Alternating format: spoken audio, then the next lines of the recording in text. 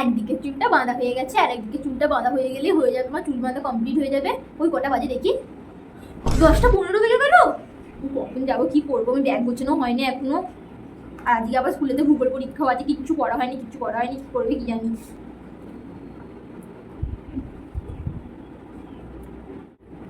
দেখি হাতে নখগুলো ঠিকঠাক আছে কিনা। না না না, আমার হাতে নখ বাড়ে না এখনো। আজকে তাহলে আমি কান ধরে দাঁড়াবো নি। ও বাবা, ও বাবা, আমি তো আবার ভুল সেভ করেছি। কালকে তো বিয়ে বাড়ি ছিল, ভুল সেভ করেছি। আজকে আমাকে স্কুলে আবার কান ধরে দাঁড় করিয়ে দেবে, না তো স্যার তো আমাকে তাহলে পানিশ করবে। কি যে করি। ওই দেখি, হ্যাঁ আমি তো প্রায় রেডি হয়ে গেছি। আর শুধু লিপস্টিকটা দিয়ে দিলেই হয়ে যাবে। লিপস্টিকটা দেখি, লিপস্টিকটা দিয়ে দিই। এই তো আমাকে খুব সুন্দর লাগছে। আর একটু মাস্কারা দিয়ে দিই।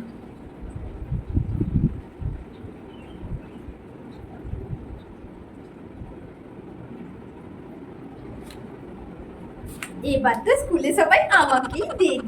ও মাই গড, আমার মুখে তো নেল পলিশই লাগানো হয়নি। তাড়াতাড়ি করে নেল পলিশটাও লাগিয়ে নি। 10টা 15 বাজে, 10টা 15 বাজু। আমার ঠিক সেই সময় পৌঁছে যাবো। আর স্যার আমাকে কিছুই বলবে না। আর এই তো আমি নেল পলিশ পরে পুরো রেডি। আর আমার মতন পাপ করতে তো কেউ পারবেই না। দেখি আজকে কি কি সাবজেক্ট আছে। ইতিহাস, বাংলা, ইংরাজি, ভূগোল, বিজ্ঞান। কি রে, খাবি তো? এনে ডাল ভাত করেছি, খেয়ে নে। খুব দেরি হয়ে গেছে, আজকে একটু খাইয়ে দেবে মা? দাও না, আজকে একটু খাইয়ে দেখো না। আমার চুলটা দেখো, আমাকে আবার একটা ফিতে কিনতে যেতে হবে, চুলে বাঁধতে হবে ফিতেটা।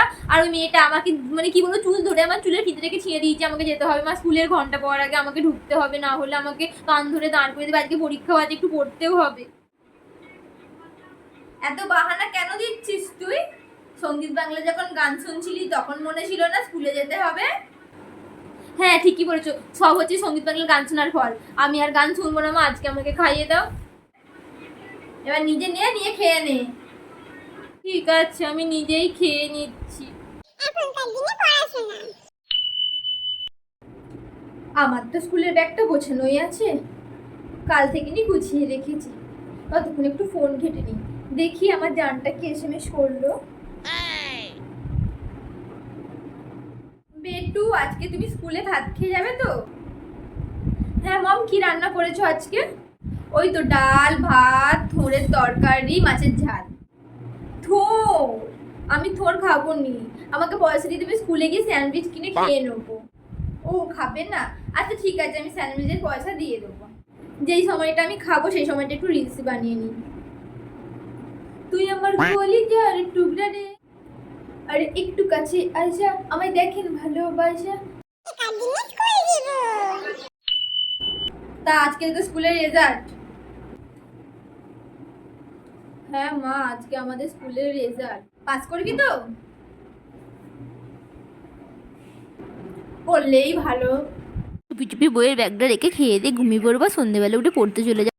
এ বাবা, মা এখানে বসে আছে, মানে মায়ের রেজাল্টের কথা মনে তা আছে? আজকে তোদের স্কুলের রেজাল্ট বেরিয়ে যেত নাকি? হ্যাঁ আজকে রেজাল্ট বেরিয়েছে। তা কি রেজাল্ট করলে মা তুমি? পাস করেছো তো? সবই ঠিক আছে মা, একটু অঙ্কটাতে কম হয়ে গেছে। নিশ্চয়ই খাতা দেখতে ভুল করেছে, তাই জন্য অঙ্ক আমি এত কম নাম্বার পেয়েছি। হ্যাঁ হ্যাঁ, সেই হয়। সারা বছর না পড়ে পরীক্ষায় কম নাম্বার পেলে স্যারের দোষই হয়, খাতা দেখতে ভুল করেছে। এইসব বাহানা সেই আগের যুগ থেকে চলে আসছে। বেটু, আজকে তোমাদের স্কুলের রেজাল্ট তো? হ্যাঁ মা, আজকে স্কুলের রেজাল্ট। হ্যাঁ আমি জানি তুমি ঠিক পাস করে যাবে, তোমার মাথা এত ভালো, তুমি ঠিক পাস করে যাবে। আমার ভরসা আছে তোমার উপর। হ্যাঁ মম, তুমি ঠিকই বলেছো, আমি ঠিক পাস করে যাবো, দেখবে। আর আমি ইংলিশে সবচাইতে বেশি পাবো, 100-এ 100 পাবো, তুমি দেখে নিও। মম, সবই ঠিক আছে, শুধুমাত্র আমি ইংলিশে 25 পেয়েছি। তুমি ইংলিশে কম পেয়েছো?